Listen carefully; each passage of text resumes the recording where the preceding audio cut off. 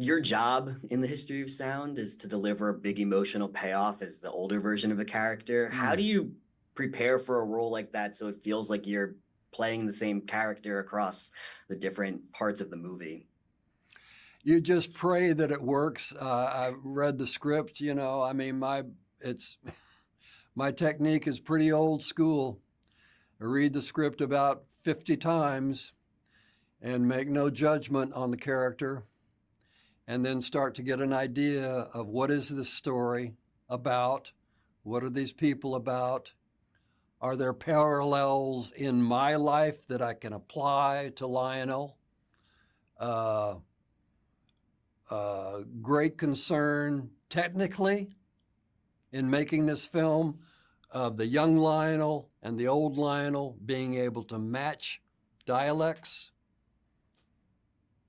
Paul is an Irishman. I'm from Missouri.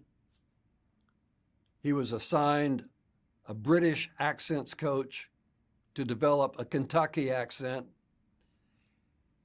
My idea, my concern was to get early on, a couple of weeks into the shooting when Paul was comfortable with his dialect, then have that coach send me Paul's work, and I hoped to match his dialect and pray that it worked out.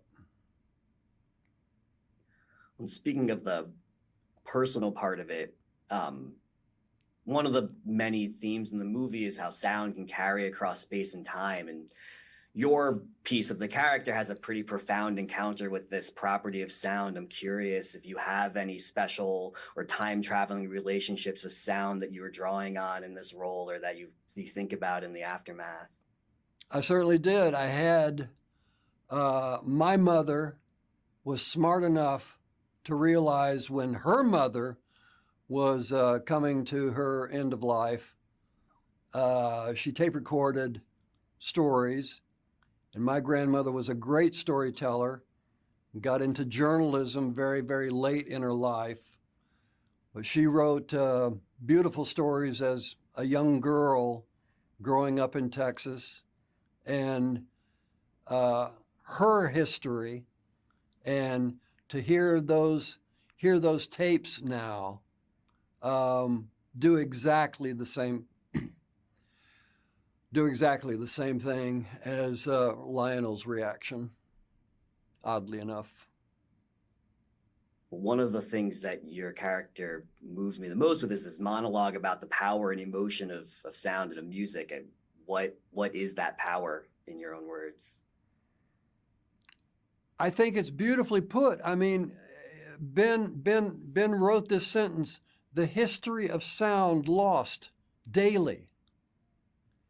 And those the last two words aren't, certainly within the title, but lost daily. And it just makes me very emotional that Ben has enlightened me with that one short sentence. It when you think on it, it's a very deep loss. Our history of sound lost daily. Our father's voice, our mother's voice, what we've missed, what we haven't captured. It's profound to me. I work in music a lot, and there's a part in your scenes where you're surrounded by the different recording devices and playback devices from all across the history of recorded sound. And there's a lot of nostalgia these days for physical media, for older forms of possessing the things for yourself, when we live in a time when you can literally, anybody with a phone can record something or hear something at any time. Do you think there's something still to be said about these older forms of possessive and physical media, or are we better off putting that in its own place and being grateful for the ability to record this? No, within the last last couple of years, I wish we stopped in the 90s. I was so happy with my iPod of music and my boom box and my CD players. That I knew how to operate. This stuff today, it's way beyond me. I mean, I can literally pick up an iPhone and it'll explode. I'll find some way to destroy it.